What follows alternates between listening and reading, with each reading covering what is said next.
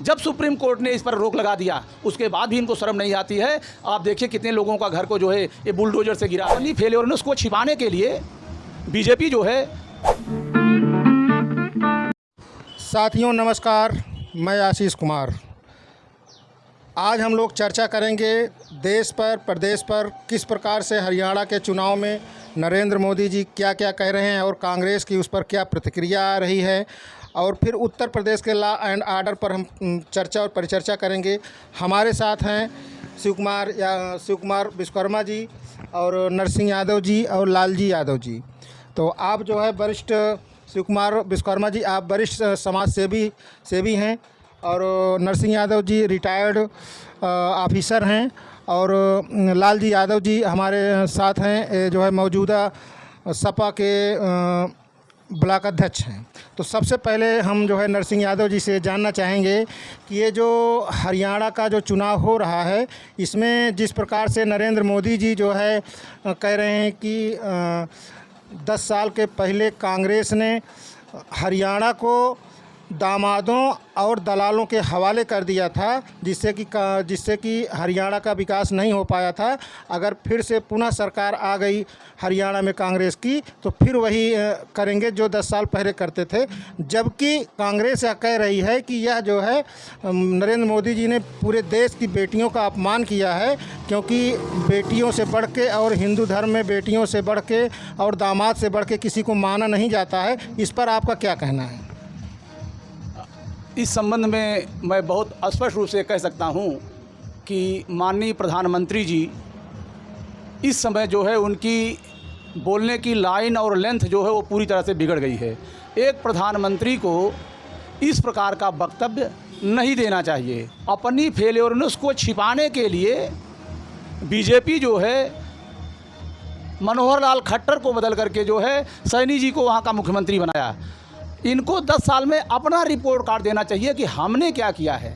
वहाँ की बहन बेटियों की, खिलाड़ियों की इज्जत जो है तार तार हुई है। और आप देखिए विकास के नाम पे इन्होंने केवल पब्लिक से छल किया हुआ है, विकास के नाम पे इन्होंने कुछ नहीं किया हुआ है। हरियाणा की जनता इस बात को पूरी तरह से समझ गई है, और इस समय हरियाणा में कांग्रेस की सुनामी चल रही है।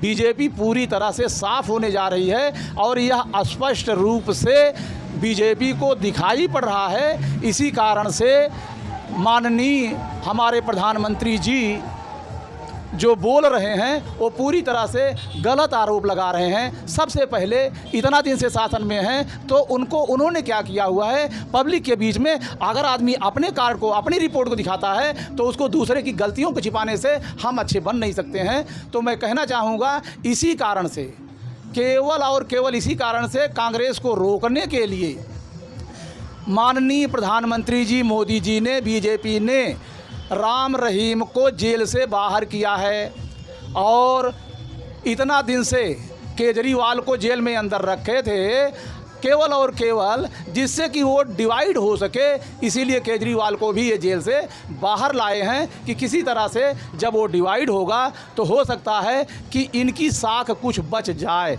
लेकिन ऐसा होते हुए दिखाई नहीं पड़ रहा है। और मेरा मानना है कि इस बार हरियाणा में मोर देन 75% सीटों पर कांग्रेस जीतने जा रही है, बहुमत की सरकार बना रही है। हो सकता है कि इससे ज़्यादा भी सीटें वहाँ पे कांग्रेस को मिलें। तो अपनी इज्जत बचाने के लिए माननीय प्रधानमंत्री जी इस प्रकार के अनर्गल वक्तव्य दे रहे हैं, जो कि एक प्रधानमंत्री को शोभा नहीं देता है। धन्यवाद।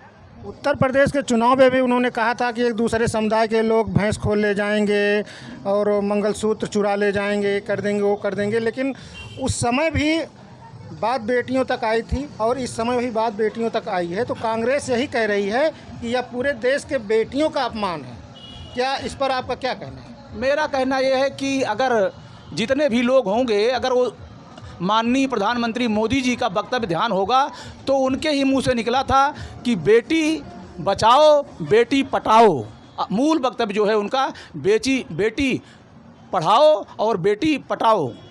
तो अगर आप उस पर ध्यान देते हैं तो पटाओ किससे, बचाओ किससे? बीजेपी के नेता हर तरह से जो है बेटियों का शोषण कर रहे हैं। और इसका एक उदाहरण जो है, पूरा का पूरा हरियाणा के जितने भी खिलाड़ी हैं सबने जो है ब्रजभूषण शरण सिंह का जो है पूरी तरह से विरोध किया था, उसके बाद ही उनके खिलाफ कोई एक्शन नहीं लिया गया। उसी प्रकार से उत्तर प्रदेश में जितने भी बेटियों के साथ रेप किया गया है, आप उन्नाव में देख लीजिए, सेंगर के कुलदीप सिंह सेंगर का आप मामला देख लीजिए, उसी प्रकार से चिन्मयानंद का देख लीजिए। जितने भी बीजेपी के नेता मतलब ये बनारस में जो है बीजेपी के आईटी सेल के नेताओं ने जो है इनके कार्यकर्ताओं ने बेटी के साथ जो है रेप किया, उसके बाद भी उनके साथ कोई एक्शन नहीं हुआ। मध्य प्रदेश में जाकर के उन्होंने पूरा प्रचार किया और उसके बाद जाके उनके खिलाफ एक्शन हुआ और वो छूट गए। तो बीजेपी अगर बहुत मुश्किल से किसी जिस बेटी के साथ किसी प्रकार का कोई रेप होता है, कोई होती है, छेड़खानी होती है, तो बहुत मुश्किल से मुकदमा दर्ज करती है और करने के बाद महीने 2 महीने 4 महीने में उनको छोड़ देती है। ये लॉ एंड ऑर्डर जो है उत्तर प्रदेश का पूरी तरह से ध्वस्त हो चुका है और बीजेपी अपनी साख को बचाने के लिए अपने ऊपर दाग न लेकर के दूसरे के ऊपर छींटाकती करती है, अपना कुछ नहीं देखती है। और जबकि सबसे ज़्यादा दागी, जब सबसे ज़्यादा आज तक हिंदुस्तान में नरेंद्र मोदी से ज़्यादा इस प्रकार से अनर्गल प्रलाप करने वाला कोई भी प्रधानमंत्री नहीं पैदा हुआ है। और इसीलिए लोग इनको जो है अनपढ़ और गंवार कहते हैं। उसका मेन कारण यही है, ये क्या बोल रहे हैं, क्या कहना चाहिए। एक प्रधानमंत्री की पद की गरिमा के अनुरूप इनका कोई भाषण नहीं होता है। उत्तर प्रदेश में आप देख लीजिए कि जितने भी मर्डर, मैं कहूँगा पुलिस अभिरक्षा में सबसे ज़्यादा, जितने भी सरकारें यहाँ तक आई हैं, सबसे ज़्यादा पुलिस अभिरक्षा में उनकी हत्या की गई है। ये हत्या ही कहूँगा, ये इनकाउंटर नहीं है, ये हत्या है पूरी तरह से। पुलिस अभिरक्षा में लोगों को मारा गया है और उसके बाद देखिए इनकाउंटर, फर्जी इनकाउंटर किया जा रहा है और उसके बाद किसी के ऊपर दोष करो। अगर पुलिस न्याय करने लगेगी तो न्यायालय की ज़रूरत नहीं रह जाएगी। न्यायालय की ज़रूरत कहाँ रह जाती है? इस प्रकार से ये पूरी पार्टी जो है संविधान को ना मान करके जो है ये मनवादी व्यवस्था के तहत सारा काम करती है। और उदाहरण के लिए अयोध्या में मैं कहूँगा, आप देखिए कि एक मोहम्मदन के ऊपर रेप का आरोप लगाया जाता है और अगले दिन उसका पूरा घर गिरा दिया जाता है बुलडोजर लगा करके जो है। और जब डीएनए टेस्ट की बात आती है तो उसका डीएनए मैच नहीं करता है। आपने उसकी प्रतिष्ठा को धूमिल कर दिया, उसके घर को ध्वस्त कर दिया। क्या उसकी प्रतिष्ठा वापस की जा सकती है? ऐसा संभव नहीं है। तो इस प्रकार से जो है, अगर पुलिस को इस प्रकार से बुलडोजर, जब सुप्रीम कोर्ट ने इस पर रोक लगा दिया उसके बाद भी इनको शर्म नहीं आती है। आप देखिए कितने लोगों का घर को जो है ये बुलडोजर से गिरा रहे हैं।